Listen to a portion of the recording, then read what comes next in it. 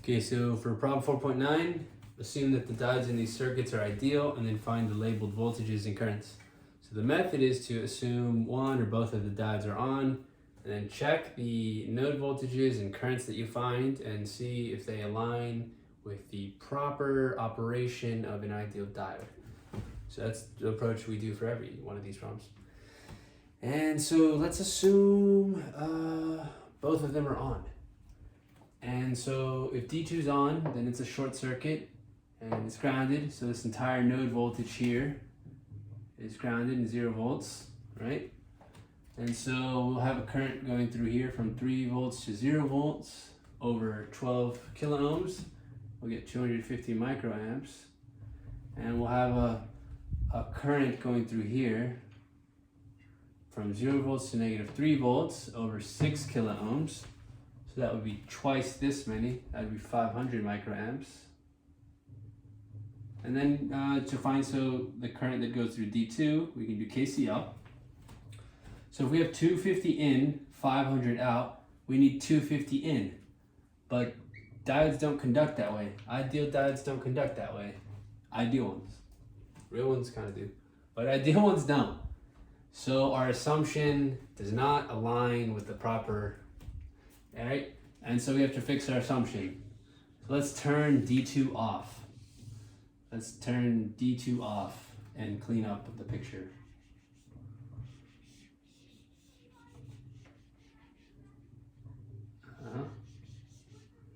So D2 is off.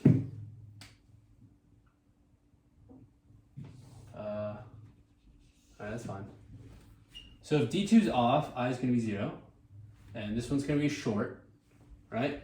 So then our circuit is just going to be from here to here through 2 resistors. So it would be 6 volts divided by 12 kilo ohms, or 18 kilo ohms, 6 over 18.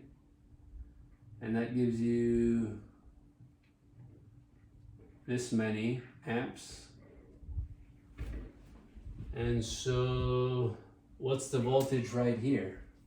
Okay, we can start from 3 volts and multiply the current times the resistance to get a voltage drop. That'll be 4 volts. So 3, and then we drop 4 volts, we'll end up at negative 1 volt. Okay. How about for this second circuit? Again, let's just assume both of them to be on. So if D2 is on, it's going to be a short circuit and it's going to ground everything, right?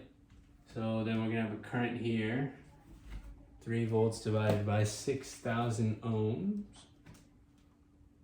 That's 500 microamps.